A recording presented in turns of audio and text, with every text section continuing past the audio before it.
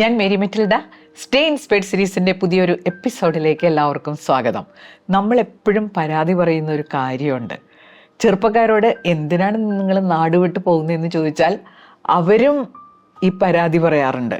സമൂഹത്തിൻ്റെ അനാവശ്യമായ ഇടപെടലുകൾ, ചുറ്റുപാടുമുള്ളവരുടെ സംസാരവും പെരുമാറ്റവും ഒക്കെ വല്ലാതെ അവരെ തളർത്തിക്കളയുന്നു. സ്ത്രീകൾ പലരും പറയുന്നത് ഇത് തന്നെയാണ്. അവരാഗ്രഹിക്കുന്ന ഒരു ജീവിതം അവരുടെ ഉള്ളിലുണ്ട്, സ്വപ്നങ്ങളുണ്ട്. ഇത് നടക്കാതെ വരുമ്പോൾ അവർ പറയുന്ന ഒരു ഡയലോഗ് എങ്ങനെയാണല്ലോ. അപ്പം നമ്മൾക്ക് അങ്ങനെ ഒരു പരാതി ഉണ്ടെങ്കിൽ ആദ്യം നോക്കേണ്ടത് നമ്മുടെ ചിന്തകളിലും സംസാരത്തിലും എന്ത് മാറ്റം വരുത്തണം. ശരിക്കും നമ്മുടെ ചിന്തകളിലാണ് മാറ്റം വരുത്തേണ്ടത്. പക്ഷേ അതത്ര എളുപ്പമല്ല. അതുകൊണ്ട് തന്നെയാണ് പലർക്കും ഇത് സാധിക്കാത്തത്.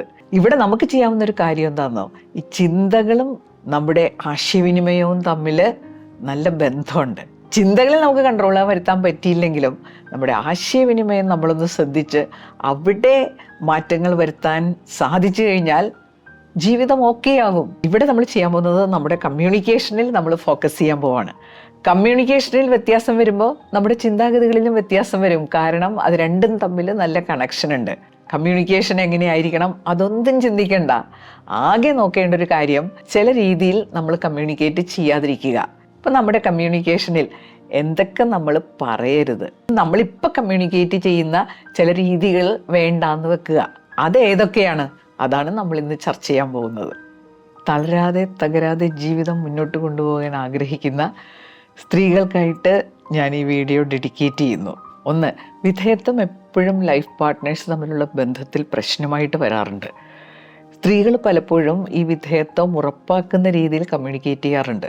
സത്യത്തിൽ വിധേയത്വം നമ്മളാരും ഇഷ്ടപ്പെടുന്ന ഒന്നല്ല. പിന്നെ കുറേ കാലം കൊണ്ട് ചിലപ്പോൾ അത് സൗകര്യമായിട്ട് മാറും. പല സ്ത്രീകളും പരാതിപ്പെടുന്ന ഒരു കാര്യമുണ്ട്, എനിക്ക് പല സ്ഥലത്തേക്കും പോകാൻ അനുവാദമില്ല.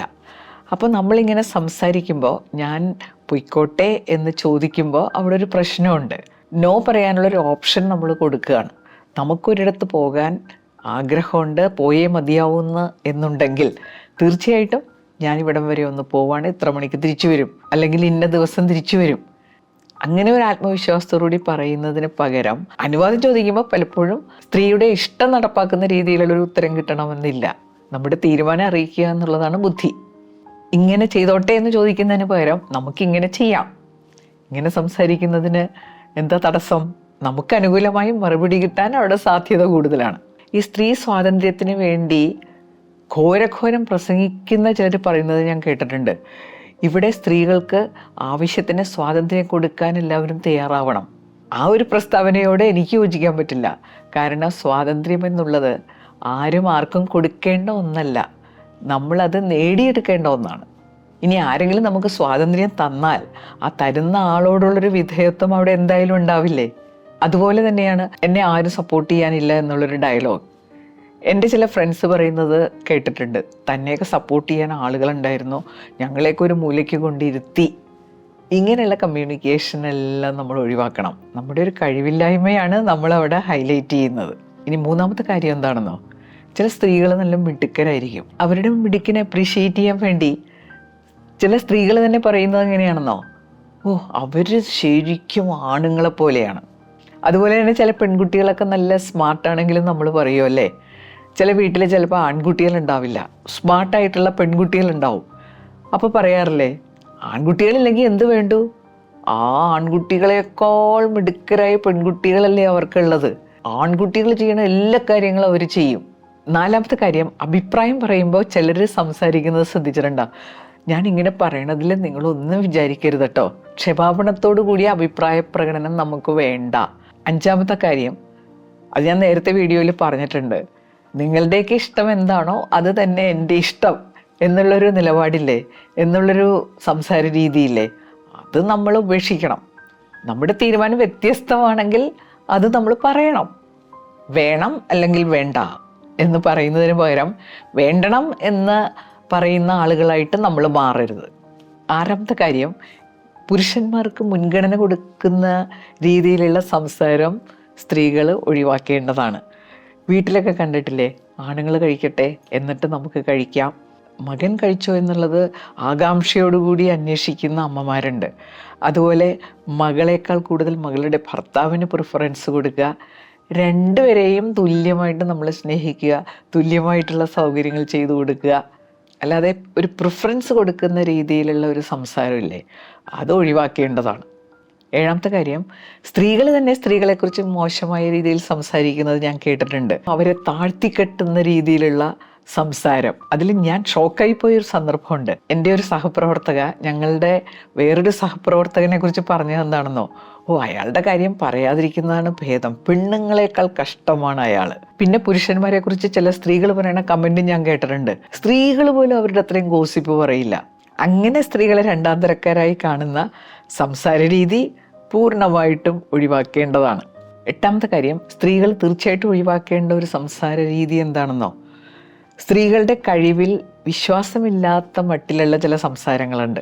ഒരു അധ്യാപിക ഒരിക്കൽ എന്നോട് പറഞ്ഞിട്ടുണ്ട്, നമ്മളൊന്നും പഠിപ്പിച്ചാൽ അത്രയ്ക്ക് അങ്ങോട്ട് ശരിയാവില്ല, പഠിപ്പിക്കണമെങ്കിൽ സാറുമാർ തന്നെ പഠിപ്പിക്കണം. ഇപ്പോഴും ഇങ്ങനെയൊക്കെ പറയുന്ന ആളുകളുണ്ട്. അതുപോലെ സ്റ്റിച്ച് ചെയ്യുകയാണെങ്കിൽ ആണുങ്ങൾ സ്റ്റിച്ച് ചെയ്യണം. സ്ത്രീകൾ ഇത്തരം കാര്യങ്ങളിൽ ബഹുദൂരം മുന്നോട്ട് പോയതൊന്നും അവർക്ക് പ്രശ്നമേ അല്ല. അപ്പം ഇങ്ങനെ സംസാരിക്കാതിരിക്കുകയല്ലേ നല്ലത്. ഒമ്പതാമത്തെ കാര്യം, ചില സ്ത്രീകൾക്ക് എപ്പോഴും അവരുടെ അവശതകൾ പറഞ്ഞു നടക്കുന്ന ഒരു ശീലമുണ്ട്. നമുക്ക് ക്ഷീണം ഉണ്ടാകാം, അല്ലെങ്കിൽ നമുക്ക് എന്തെങ്കിലും രോഗങ്ങൾ ഉണ്ടാവാം. അതിങ്ങനെ എപ്പോഴും പറഞ്ഞുകൊണ്ട് നടക്കുമ്പോൾ നമ്മൾ അബലകളാണെന്നുള്ള കാര്യം ഒന്നുകൂടി തെളിയിക്കുകയാണ്. പലപ്പോഴും ഞാൻ ശ്രദ്ധിക്കാറുണ്ട്, സ്ത്രീകൾ പറയുന്ന ഇത്ര ഒരു അവശത പുരുഷന്മാർ പറയാറില്ല. നമുക്കും ഇത് പറഞ്ഞുകൊണ്ട് നടക്കുന്നത് കൊണ്ട് പ്രത്യേകിച്ചൊന്നും കിട്ടാനില്ല.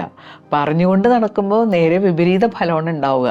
നമുക്ക് എന്തെങ്കിലും പ്രശ്നങ്ങളുണ്ടെങ്കിൽ എപ്പോഴും ഇങ്ങനെ പരാതിപ്പെട്ട് നടക്കുന്നതിന് പകരം അതിന് പരിഹാരം എന്താണെന്ന് നോക്കി അത് ചെയ്യാൻ ശ്രമിക്കുക. പത്താമത്തെ കാര്യം, ഒരിക്കലും പറയാൻ പാടില്ല കേട്ടോ, സ്ത്രീ എന്നുള്ള നിലയിൽ ആനുകൂല്യങ്ങൾ വേണമെന്നുള്ള മട്ടിൽ ഉള്ള നമ്മുടെ ഒരു സംസാരമില്ലേ, അത് പൂർണ്ണമായിട്ട് ഒഴിവാക്കണം. നമ്മളൊക്കെ സ്ത്രീകളല്ലേ, നമ്മൾ എന്ത് ചെയ്യാനാണ് എന്നുള്ളൊരു നിസ്സഹായാവസ്ഥ. പിന്നെ മനുഷ്യർക്ക് സ്വതസിദ്ധമായിട്ടുള്ള ഒന്നാണല്ലോ മടി. ഈ മടി മൂലം പല കാര്യങ്ങളിൽ നിന്ന് ഒഴിഞ്ഞു മാറാൻ സംസാരിക്കുന്നവരുണ്ട്.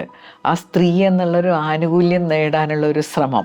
അപ്പോൾ സ്ത്രീ ആയതുകൊണ്ട് ആനുകൂല്യങ്ങൾ വാങ്ങി ഒഴിവാകുന്ന ഒരു സംസാരമില്ലേ, അത് ഒഴിവാക്കണം.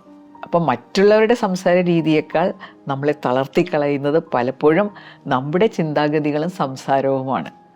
അപ്പോൾ ഇവിടെ ഈ ചിന്താഗതികളെ മാറ്റുക എന്നുള്ളത് എളുപ്പമല്ല.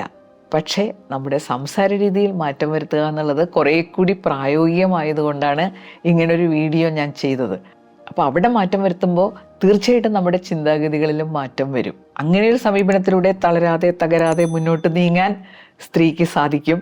അടുത്ത ആഴ്ച പുതിയൊരു വീഡിയോയുമായിട്ട് നമുക്ക് വീണ്ടും കാണാം. താങ്ക്